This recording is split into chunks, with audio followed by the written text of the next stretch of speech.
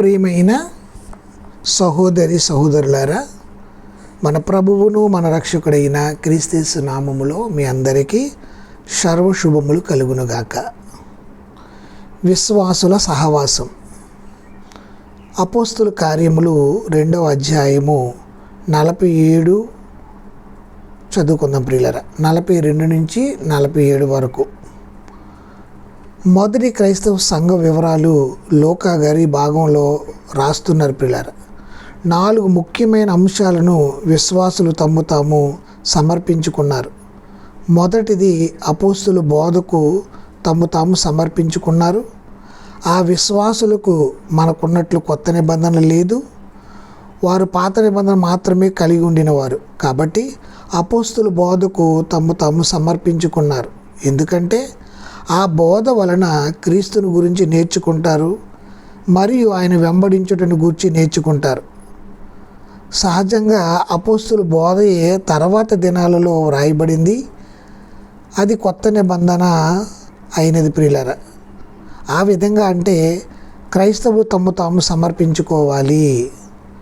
ప్రథమ విశ్వాసులు తమకు తాము సమర్పించుకున్న రెండో విషయము సహవాసం ప్రియులారా.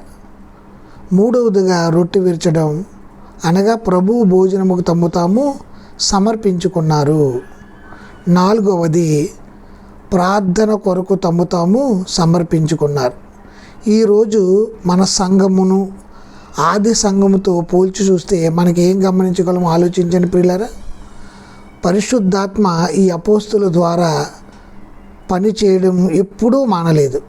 వారు అనేక మహత్కార్యములను సూచక్రియలను జరిగించి కొనసాగించారు ప్రియులారా.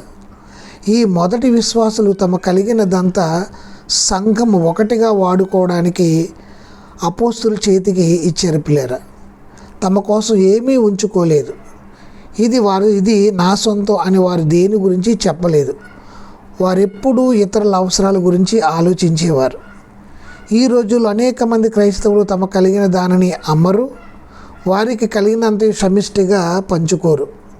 బహుశా ఈ విషయంలో ప్రథమ సంఘం చేసినట్లు మనము కూడా చేయవలసిన అవసరం లేకపోవచ్చు. వారు చేసినట్లు మనం చేయాలని ఆజ్ఞ కూడా ఏమీ లేదు ప్రియులారా. అయినప్పటికీ 2 సంగతులు మనం చేయవలసినవి ఉన్నాయి. ఒకటి, మనకు కలిగినదంతా మన దేహంతో సహా దేవుడికి చెందినవిగా గుర్తించాలి. రెండవది, మన వలె మన పొరుగు వారిని ప్రేమించాలి. ఈ 2 సంగతులు పాటించినప్పుడు దేవుని దృష్టిలో అది క్రైస్తవులు చేసినట్లుగా మనం చేస్తూ ఉంటాం. ఆది క్రైస్తవులు చేసినట్లుగా మనం చేస్తూ ఉంటాం ప్రియులారా. ఈ ప్రథమ విశ్వాసులు అంతా కలిసి చేశారు. ఒకరింట ఒకరు రొట్టె విరచడం అంటే ప్రభు భోజనం ఒకసారి ఒక ఇంటిలో, మరొకసారి మరొక ఇంట్లో ఆచరించారు. ప్రభు భోజనం కలిసి చేసినట్లుగా ఉన్నారు పిల్లరా. సాధారణంగా భోజనాన్ని కలిసి తినేవారు వాళ్ళు. ఆ తొలి సంఘం ఎంత దైవభక్తి గల, సంతోషభరితమైన, శ్రద్ధ గల సమాజంగా కనపడుతుంది. ఆ ప్రథమ విశ్వాసుల జీవితాలు చూసినప్పుడు ఇతరులు వారితో సహవాసంలోనికి రావాలని వచ్చారు పిల్లరా. మరియు రక్షణ పొందుతున్న వారిని ప్రభు అనుదినము కూడా వారిలో చేర్చుతున్నాడు. మరి ఇప్పుడున్న సంఘానికి మరియు ఆది అపోస్తుల సంఘానికి ఎంత తేడా ఉందో చూడండి ప్రియులారా. వారు సమర్పించుకున్నారు వారి జీవితాలను. ఎలా సమర్పించుకున్నారు? దేవుడి కొరకు వారి జీవితాలు సమర్పించుకున్నారు. వాళ్ళు రొట్టె విరుచుటలోనూ, ఎడతెగని ప్రార్థన చేయడంలోనూ, సహవాసములోనూ వారి జీవితాలను సమర్పించుకున్నారు పిల్లలు. ఎంతగా సమర్పించుకున్నారంటే ఒకడు తనకు కలిగినదంతా మన దేహంతో సహా అది దేవుడికి చెందిదని వారు అనుకున్నారు ప్రియులారా. రెండోదిగా, నిన్ను వలె నీ పొరుగు వారిని ప్రేమించాలని. ఆ విధంగానే ప్రభు రాత్రి భోజనాన్ని ప్రతి ఇంట రోజుకో ఇంటి దగ్గర మార్చుకుంటూ అందరూ సంతోషంగా ప్రభు భోజనాన్ని చేశారు ప్రియులారా. ఒకరికి ఎక్కువ ఒకరు తక్కువ కాకుండా ఉన్నదంతా సమిష్టిగా పంచుకున్నారు. అందువల్ల ఎవరికి ఏదీ తక్కువ కాలేదు. ఇది నాది అనే ప్రసక్తి వారిలో లేదు ప్రియులారా. ప్రభు రాకడ కొరకు ఎదురు చూస్తూ తమకున్న చాలా స్థిరాస్తులు అమ్మి అపోస్తుల పాదాల దగ్గర పెట్టి వారు పంచగా సమానంగా వారందరూ అనుభవించారు.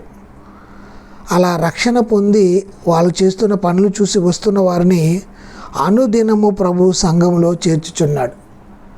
మరి ఆ రోజు చేసిన పని ఈరోజు మనం చేయలేకపోవచ్చు, కానీ చేయవలసినవి ఉంది ప్రియులారా. మన దేహంతో సంపాదించిందంతా దేవుడికి ఇవ్వాలి. దేవుడి పోలికగా మనం పుట్టినట్టుగా సహోదరులు కూడా పుట్టారు కనుక వారిని కూడా మనం ప్రేమించాలి. అదే నిన్ను వలె నీ పొరుగు వారిని ప్రేమించాలనడంలో ఆజ్ఞ నెరవేర్పు జరుగుతుంది ప్రియులారా.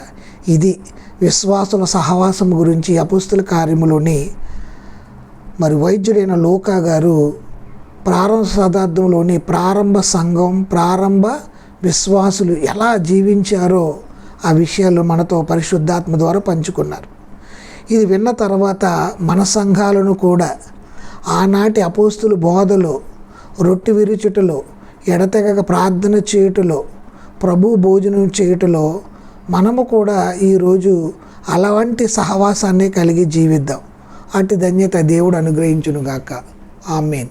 అందరికీ వందనాలు.